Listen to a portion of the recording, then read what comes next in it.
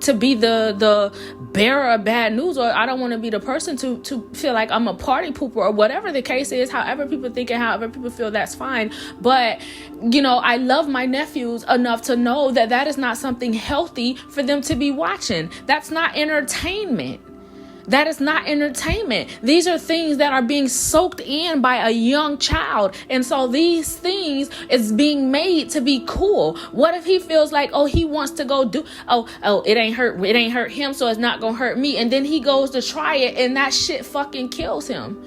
See, people need to learn how to think that far. It's that deep. It's just that deep, because that's his energy. That's what he's going through. But that is what he is showing the world. This is what entertainment is. Is it really entertaining you, or is it really,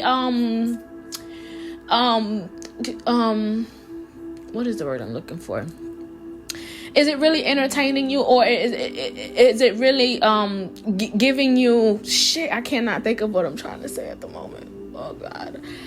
It's not healthy. It's not healthy to watch. It's not healthy to intake. For one, it's definitely not healthy for an adult to watch it and to be entertained by it. But when it comes to a young mind, when it comes to a young soul, it's even worse for them, because they're like sponges.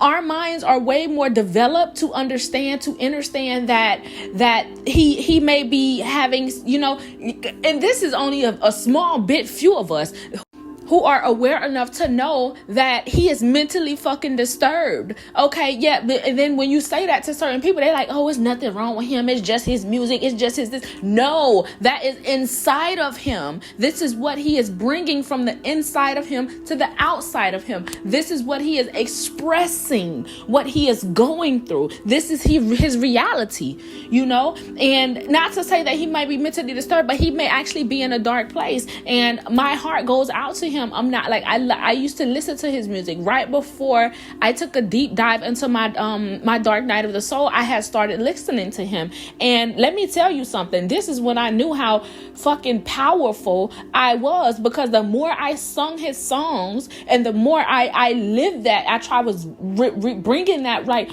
I was calling that into my reality, the more it started to manifest into my reality.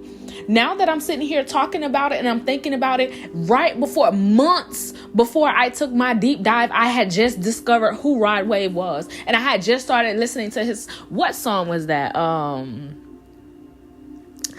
I can't think of it at the moment, but this was 2000. If you're a music listener, this is around 2020, the end of 2019, the beginning of 2020. I had just become aware of who he was, and I had started listening to, I think it was something about dark shadows, some shit over the head or some shit like that. And I was really banging it. Like I was really, really banging it, like in my car, like loud banging it. And I was calling that shit into my reality. And I had to realize, I didn't realize it then, but as I'm speaking about it now, this is when I took that deep dive. This is when I called in those that's what it's called. It's called dark clouds. That's when I called in those fucking dark clouds over my reality, over my being. And I started to call in all of this fucking darkness. And I took a deep fucking dive into hell. Like really, like it's really like that. And you wouldn't understand that if unless you have to actually be a person of power to understand that what power is. Like you have to be aware of what it is that you are intaking, what you are listening to. And this even comes to tarot. Like I just got into the tarot world, but no, I ain't gonna say just, but it's been about 2 or 3 years now. And I had to start to weed out that too, what's good and what's not good, because there are people who are readers. When it comes to reading cards, 9 times out of 10, you're reading your own energy. You're reading the energy that is connected to you, that is your soul tribe. You're reading that energy, and so you can project. Like a lot of people who speak about karmic relationships and pain and hurt and spells and all of that, these are people who actually live these things, and so they put it inside of their readings and their creations, and they project project it out into the world, and then whoever catches hold to it, now that energy is attached to them, and now you're carrying that same energy. This is what it means to be powerful. This is what it means to transmute energy. So when you are creating, for all of my creators out there who are listening, who have tuned in, who have found their way to me, I need you to understand that first you need to turn that pain into positivity. Sit with it, embrace it, acknowledge it, like put it together and try to figure out what it is that hurt you.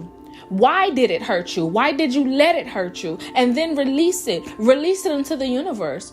You know, there's serenity. Ask for serenity. Be serene in what it is that you do. Okay, so I got to calm back down. Let me bring it back down a notch. But this subject means a lot to me, because if you have been following my journey spiritually, and to be honest with you, almost everybody in the world is following my journey spiritually. But when it comes to on the actual physical realm, and you have come across my channels, my